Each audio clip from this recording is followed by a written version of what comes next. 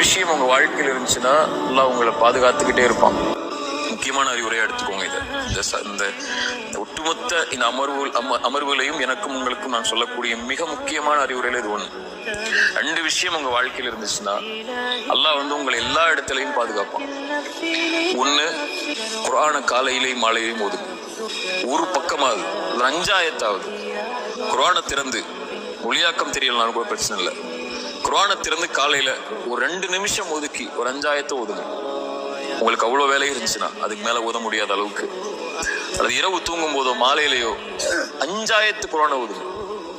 5 ஆயத்துக்கிறது 5 ஆயத்தை தான் ஓதணும்னு நான் சொல்லலை. அவ்வளோ அதை விட உங்களுக்கு நேரம் இல்லை அப்படிங்கிற பட்சத்துல சொல்றேன். குறைஞ்சபட்சம் உங்களுக்கு தாய் தந்தை உயிரோடு இருந்தா ஒவ்வொரு நாளும் அவங்கள்ட்ட பேசுங்க கண்ணியமான முறையில. இந்த 2 நீங்க செஞ்சீங்கன்னா அல்லாஹ்வுடைய பாதுகாப்புல இருந்து நீங்க விலகவே மாட்டீங்க.